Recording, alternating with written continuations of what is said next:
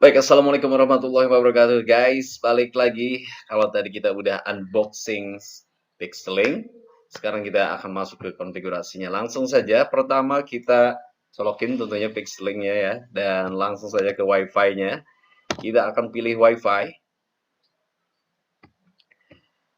Di sini tadi sudah dijelaskan bahwa dia akan menjadi access point dan akan muncul dengan SSID wireless N. Ini dia wireless N-nya. Kita akan sambungkan. Setelah tersambung, kita buka Google Chrome atau browser kamu, lalu kita akan konfigurasi dari sana. Kamu bisa konfigurasi dengan mengetikkan alamat IP-nya ataupun juga DNS name-nya. Tadi DNS name-nya apa tuh?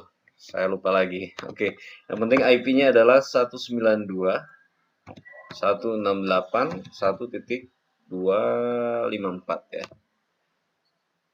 Nah, ini dia halaman untuk konfigurasi Pixelink yang akan kita jadikan sebagai access point lanjutan atau Wi-Fi extender ya. Jadi alamatnya di 192.168.1.254 atau kamu bisa juga dengan mengakses DNS name-nya. Ini language kita pilih English di sini. Jadi bahasanya ada English, Spanyol, Portugis, Jepang dan Cina di sana ya. Lalu kita klik submit. Ini tampilan halaman dalamnya. One status dynamic IP address ya, internet sekian, wireless N, system uptime sekian. Oke, pertama yang harus kita lakukan ini kan di bagian basic, kemudian di sini advance. Coba kita lihat menunya. Saya juga baru pertama kali dengan interface dari Pixelink ini. Ini konfigurasi lewat browsernya ya. Ini advance-nya kayak gini. One setting, max setting, LAN setting, DHCP, dan lain sebagainya. Nampaknya kita balik lagi ke basic ya.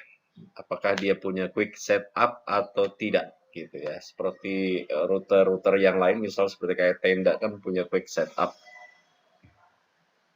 Ini status klien 2. Berarti ada 2 orang mungkin yang terhubung ke sini ya. Oke, ini statusnya. Coba kita klik. Nah, ini ada wizardnya ya.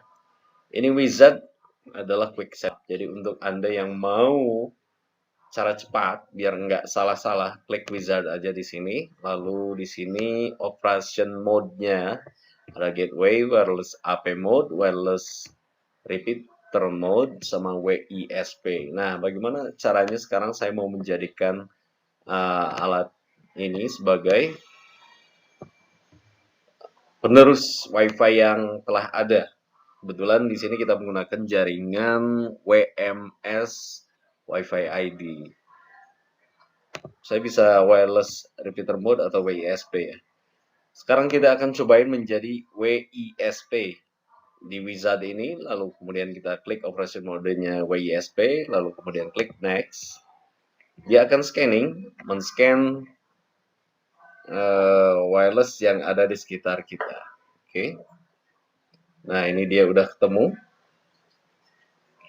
Di sini SSID yang udah ketemu diantaranya ada WiFi ID, ada Seamless, ada Charge Waterpark. Kebetulan sekali lagi ini saya pakai WMS WiFi ID dari Telkom ya. Saya akan coba pilih. Kamu kalau punya akun Seamless boleh juga, tapi akun Seamless itu sebenarnya didaftarkan dengan MAC address ya. Jadi harus didaftarin dulu MAC address-nya dari alat ini sendiri yang harus didaftarkan kalau memang ingin pakai Seamless. Oke, jadi ini alatnya Pixelink ya, extender. Nah, kita sudah mendapatkan jaringan yang akan kita konekkan. Saya akan pilih misalnya WISP dia, Charge Waterpark WiFi ID. Ini saya pilih ini. Kita pindahkan dulu. Di sini connect to-nya Charge Waterpark WiFi ID, extender SSID-nya Charge Waterpark WiFi ID EXT. Ini bisa kita rubah. Ya, kalau kalian mau rubah misalnya saya mau tempatkan router ini di ambient, jadi saya akan rubah namanya jadi kantin cas waterpark. Security key apakah mau dikasih atau tidak ya? Security key itu password ya. Jadi ketika seseorang mau nyambung ke WiFi ini, memerlukan password atau tidak. Kalau tidak, kita kosongkan. Nanti yang muncul adalah login page-nya WMS. Oke, security key saya kosongkan karena ini adalah WMS. Jadi ketika si user connect, dia akan ketemu dengan login page-nya WMS itu sendiri. Oke, saya klik apply. Ini menunjukkan successfully, please wait. Kita harus menunggu dan saya nanti akan coba setelah menjadikan ini sebagai WSP yang terhubung dengan WMS Wi-Fi ID. Nah, maka dia akan restart ya alat tersebut. Kita menunggu beberapa detik. Di laptop saya muncul ini diperlukan tindakan untuk cas Wi-Fi ID karena ini dia langsung koneksi nyambung ulang ya tadi. Kita akan lihat lagi di sini di Wi-Fi-nya apakah dia sudah restart. Nah, ini dia. Kita menemukan Wi-Fi yang baru ya, yang tadi telah kita setting di router Pixlink ini. Mana kameranya? Nih, ya. Muncul jaringan baru yang namanya kantin cas waterpark. Saya akan coba konekkan ke Wi-Fi-nya kantin cas waterpark.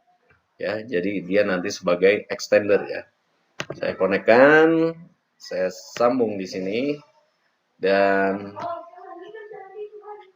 apakah ini bisa menyambung? Harap-harap cemas. Tentunya bisa karena dia mendapatkan DHCP-nya langsung. Lihat, dia di redirect ke sini. Oke, langsung di redirect ke halaman WMS-nya Wi-Fi ID. Oke, jadi bagaimana misalnya saya punya CCTV, karena CCTV itu kan pakai frekuensinya 2, giga, sedangkan 2,4 GHz, sedangkan WMS dari Wi-Fi ID Telkom itu adalah menggunakan frekuensi 5 giga. Itu CCTV tidak bisa nyambung ke situ. Nah, dengan tambahan alat ini, nanti saya akan coba sambungkan CCTV-nya. Karena kalau udah pakai alat ini kita udah nggak dia bisa nyambung ke situ. Tinggal kita atur aja nanti cara masuk akunnya seperti apa ya. Apakah saya akan membuat APN yang baru, access point yang baru tanpa password gitu ya, itu bisa juga. Dan CCTV IP kamera sekarang itu udah bisa ada login page-nya juga. Dia menyediakan, karena kita aplikasi tersebut nanti loginnya lewat handphone. Misalnya IP Babycam itu menggunakan aplikasi UC gitu ya. Di aplikasi UC itu kita bisa konfigurasi setelan jaringan internetnya juga. Atau dia juga bisa scan barcode.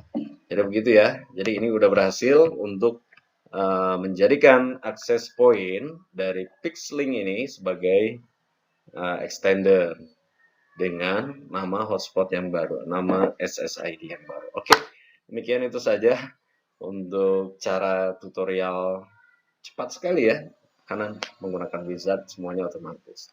Tutorial bagaimana menjadikan Pixlink ini sebagai wireless penangkap sinyal Wi-Fi ID menurut sinyal Wi-Fi ID. Terima kasih, jangan lupa subscribe, like, comment, dan share ya. Thank you.